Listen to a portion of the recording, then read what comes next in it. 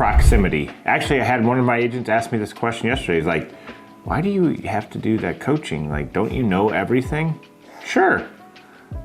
But guess what?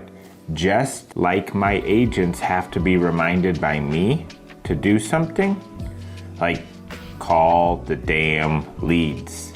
We have to remind them daily.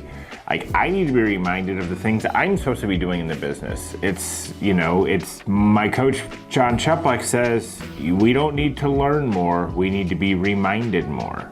So if I need to go to 2 or 3 or 5 or 10 conferences a year to hear something, sometimes it's the same shit, right? But every time, it's almost like when I got sober. I read a book to help me stay sober, and now I've gone back and reread the book. And while I'm reading it this time, I like, what the hell, did the words change? No, I changed. So I'm at a different point. Well, guess what? The same thing goes for coaching. Something that I heard 2 years ago about having a team of 20 meant nothing to me because I didn't have that. Well, now we're approaching that, right? So guess what? I probably need to go back and revisit or hear some of that same content again because now it's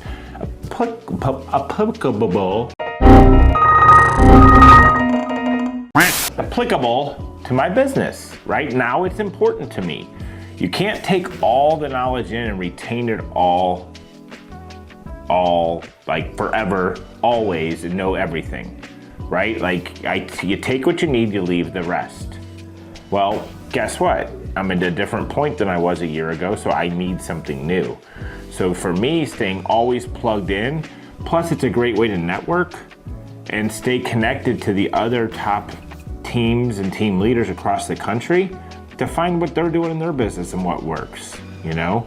I had a call with a Zoom on Monday night, and we actually had somebody Zoom in and was giving us all the insight on what they're doing to keep their agents motivated and going and excited, you know, because the market's challenging at times, right? So we've always got to be looking for that edge. And I'm always looking for not necessarily the next shiny object, but that next little thing that can change like the trajectory of our business. And, you know, another thing that Cheplek likes to say is that tiny hinges can swing big ass doors, right? Doesn't have to be some huge monster hinge that's gonna open some huge door. Like, it could be a small hinge. So it's the little things that can actually have some of the biggest results in your business. Right. But if you're not staying plugged into those groups to find out what those things are, then you could be left to the wayside. I mean, it says something for I think the consistency in going so often, like each time you go, you should be in a different place, you know. There's times I've gone and oh my God, I gotta implement that. And then you come back and you get working on something else. You're doing on 2 or 3 other things that you've learned, right? So that kind of gets pushed to the wayside. Well, next thing you know, you forgot all about it. You go back to another event. Oh shit, I forgot about that thing, right? It's a lot of times it's that reminder that you need. Or, hey, we tried this way, didn't work, what's working now? You know, probably the nimbleness and the ability to switch directions is probably one of our greatest assets, but it's also probably one of our weakest links too, right? Because sometimes as agents, as team leaders, as entrepreneurs, we don't let something fully fail. We're trying to pull it back before a breakthrough actually happened.